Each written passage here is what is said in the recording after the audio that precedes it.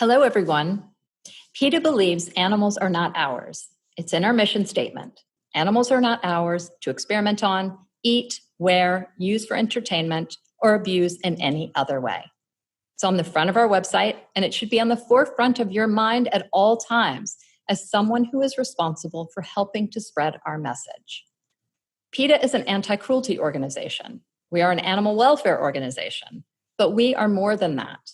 We are an animal rights organization, meaning that we believe we must respect all other animals as whole, sentient, thinking individuals and groups who have their own interests and are not to be simply treated kindly or patronizingly within the context of belonging to human beings and fitting into our lives.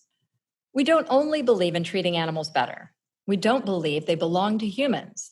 And so we are opposed to any exploitation of animals, not just bigger cages, no cages. Not just less domination, but no dominating. Not just making sure they are anesthetized before being killed for a shoe or a steak, but not being killed for either. We will work to reduce suffering wherever it occurs, such as getting rid of drug use in horse racing, or breeding hornless cows rather than burning their horns out of their heads. But our animal rights principles mean that we are settling for this over nothing, but not pretending that this is enough. Cruelty must be abated, but animals must be liberated from being seen as accessories to human desires and interests. We know how frustrating it is when someone says they love animals, yet they eat or wear animals, ride horses, buy cosmetics tested on animals. That's loving certain animals for one's own sake, perhaps enjoying what they look like, how cute they are, how they make you feel. Loving cat videos does not mean keeping the best interests of cats in mind.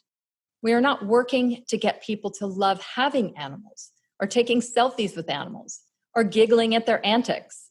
We want people to respect animals enough to look out for their interests, their feelings, to respect their cultures, who they are, and, whenever possible, to leave them alone in their natural environment.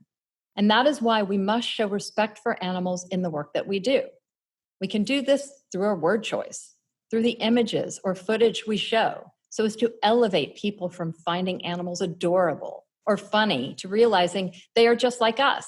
They think, they anticipate, they experience joy, grief, love, pain. They want to be free as we do. This is why we don't believe in infantilizing animals. Most of them are not animal children. They are whole, most of them are grown, they pay attention to us. But they are not our toys, fur babies, slaves, servants, cheap burglar alarms, hamburgers on the hoof, jacket lining, and so on. We don't demean animals by comparing their intelligence to that of a human child.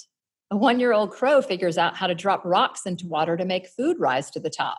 An 8-month-old cow can operate gate latches and water pumps.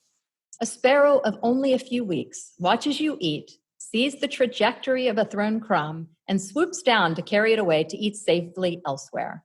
What human child can equal any of that? We don't believe they are less than us. In fact, in many ways, the other animals outdo us. We don't say pets, which has so many connotations of ownership and reduces them to accessories to us and our lifestyles.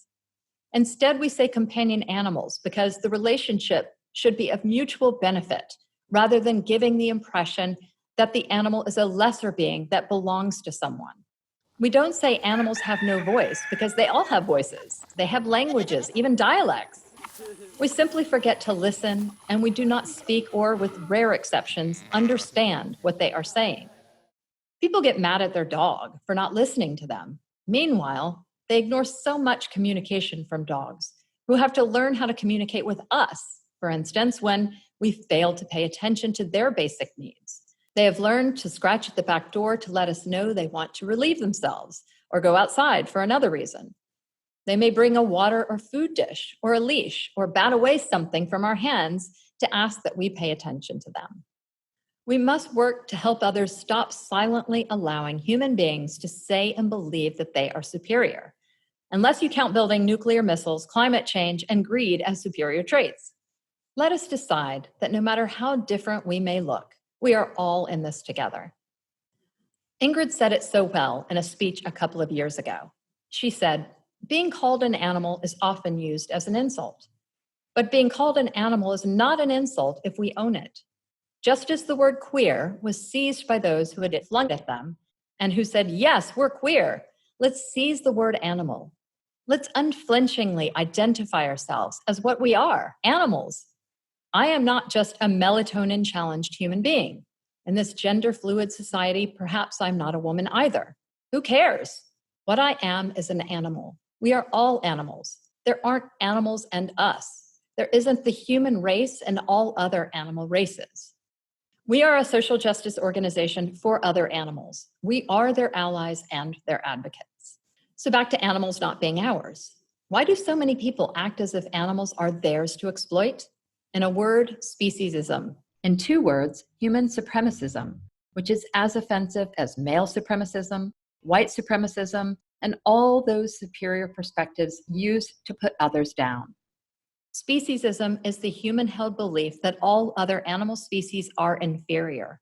Speciesist thinking involves considering animals who have their own desires, needs, and complex lives as means to human ends. It is our mission to dismantle speciesism. Animals are exploited because people think that abuse is justified because animals are less than human. So while we must show people the terrible cost of their prejudice and the physical suffering animals endure, we must also share with people the emotional trauma. Mother cows separated from their calves. The fear on the face of sheep as they are thrown to the ground to be shorn. We must help people see that animals are full beings, full of desires, wishes, emotions, like us.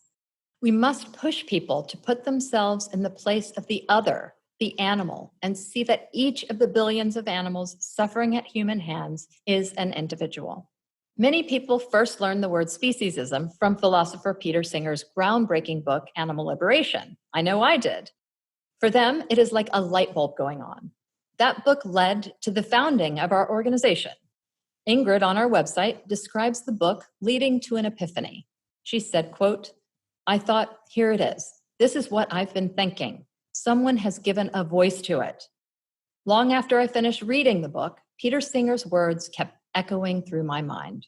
After watching this video, I hope you'll read Animal Liberation, carefully read it, and absorb its message and words. It's not a beach read, it's a think read.